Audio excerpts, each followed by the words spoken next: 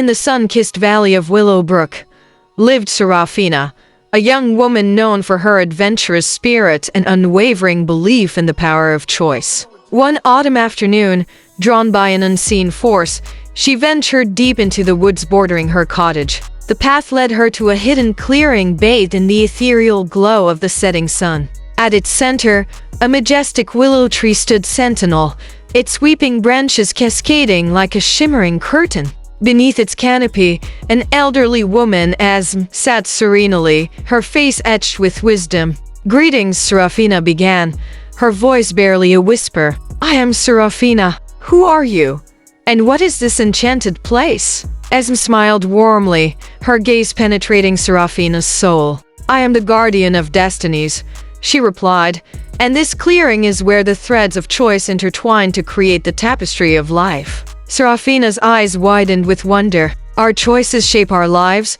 she inquired, her voice trembling with excitement. Esm nodded. "Indeed, my dear. Every decision, every path you choose, adds a new thread to the tapestry. It is your choices that determine the colors, the patterns, and the overall design of your life." With bated breath, Serafina asked, "Can I see my own tapestry?"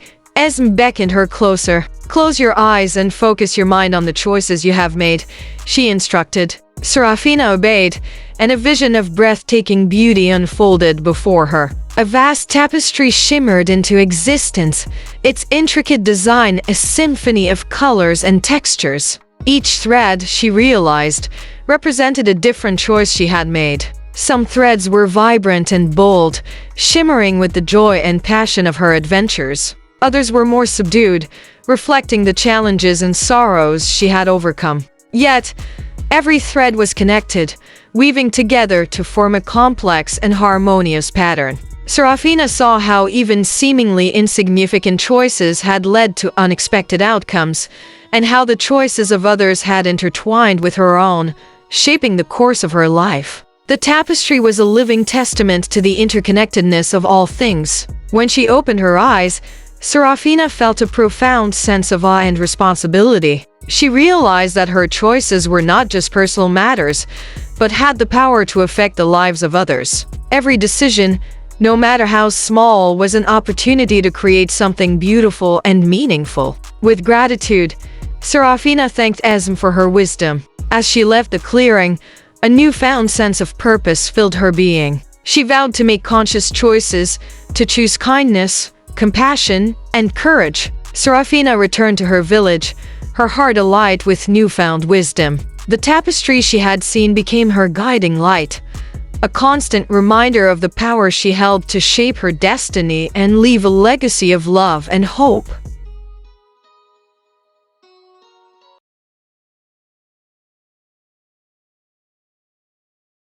In the heart of the ancient woods, where the sun dappled through the leaves and the whispers of the wind carried secrets, there lived a young maiden named Elara. Elara was known throughout the village for her kind heart and her love for all living creatures. One day, while gathering herbs near the old willow tree, Elara stumbled upon a hidden clearing. In the center of the clearing, bathed in sunlight, was a shimmering pool of water. Drawn by an unseen force, Elara approached the pool and gazed into its depths. As she peered into the water, Elara saw a vision of a magnificent castle, its towers reaching towards the heavens. In the castle's highest tower, a handsome prince was imprisoned, his heart filled with sorrow. Elara knew in her heart that she had to help him. Guided by the vision, Elara set off on a perilous journey through the dark forest. She faced many dangers, including treacherous paths, fierce beasts, and the whispers of evil spirits. But Elara's courage and determination never wavered. After many days and nights of travel, Elara reached the castle from her vision. She bravely entered its walls, her heart pounding with both fear and hope.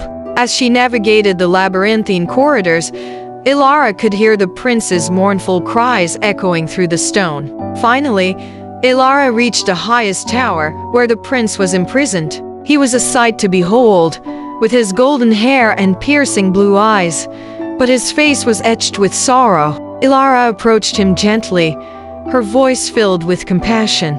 "Do not lose hope, my prince," Elara said. "I have come to set you free." With a few deft movements, Ilara broke the prince's chains, releasing him from his captivity.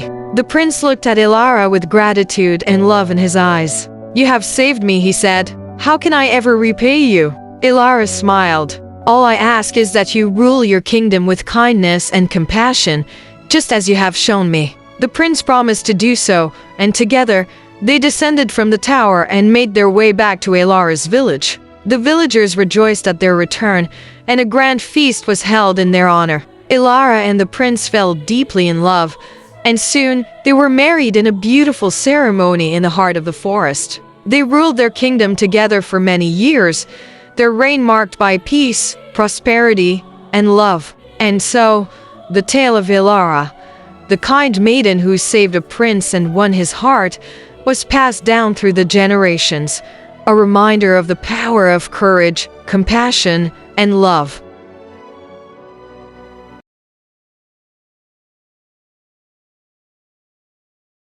Hello there, I am Sarah. I am here with another story hope everyone likes. In the heart of ancient Persia, amidst the sun-drenched dunes and sprawling oases, there lived a young woman named Ilara. Renowned for her captivating storytelling, she possessed the power to transport listeners to far-off lands, weave tales of heroism and love, and bring to life the forgotten legends of old. Ilara's gift was not merely a talent, it was a calling. Her words carried a magic that transcended the ordinary, a spark that ignited the imagination and stirred the soul. She learned her craft from her grandmother, a wise woman who had inherited the mantle of storytelling from generations past. One moonlit night, as Ilara shared her stories around a crackling campfire, a mysterious stranger appeared from the shadows. He was a weary traveler, his face etched with the lines of hardship and sorrow. Intrigued by Ilara's enchanting voice, he sat down to listen. As Ilara wove her tales, the stranger's eyes glistened with a newfound hope. Her words seemed to wash away his burdens, replacing them with dreams of a brighter future. When the last embers of the fire died down, the stranger revealed his true identity. He was Cyrus, a prince who had been exiled from his kingdom and forced to wander the desert in search of allies. Touched by Ilara's compassion and inspired by her tales of courage, Cyrus asked her to join him on his journey. He believed that her stories could unite the scattered tribes of Persia and ignite a rebellion against a tyrannical king who had usurped his throne.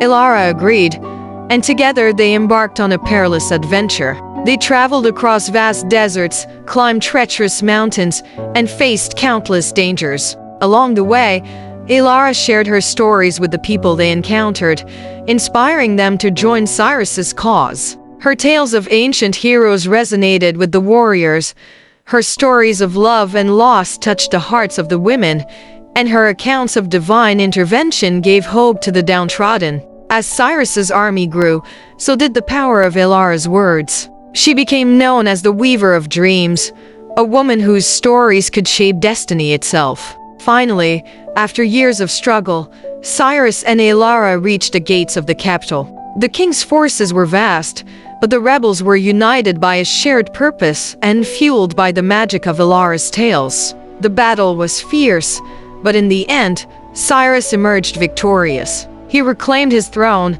and Ilara was hailed as a hero. She continued to share her stories, using her gift to inspire and uplift the people of Persia. Ilara's legend lived on long after her death. Her tales were passed down from generation to generation, inspiring countless others to embrace the power of storytelling and to believe in the transformative magic of words.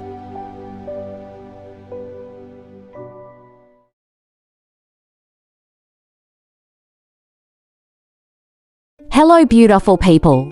The unlikely friendship, in the heart of a bustling city, lived a small, timid mouse named Pip. Pip spent his days scurrying through the alleyways, always fearful of the looming shadows and the harsh sounds of the human world. One day, as Pip was foraging for scraps behind a bakery, he bumped into a large, ginger cat named Whiskers. Pip froze, expecting the worst. But instead of pouncing, Whiskers simply tilted his head and let out a soft meow. Over the next few days, Pip and Whiskers kept encountering each other. Pip's fear gradually turned to curiosity, then to amusement as he watched Whiskers chase his tail and pounce at butterflies. Whiskers, in turn, seemed to find Pip's timidness endearing. One rainy evening, Pip found himself trapped in a puddle, shivering and alone. Suddenly, he felt a warm presence beside him. It was Whiskers, sheltering him from the rain with his large, furry body. From that day on, Pip and Whiskers became inseparable. They played together, shared meals, and even curled up to sleep together. Their unlikely friendship became the talk of the alleyway, a testament to the fact that even the most different creatures can find common ground. Moral of the story: don't judge others based on appearances.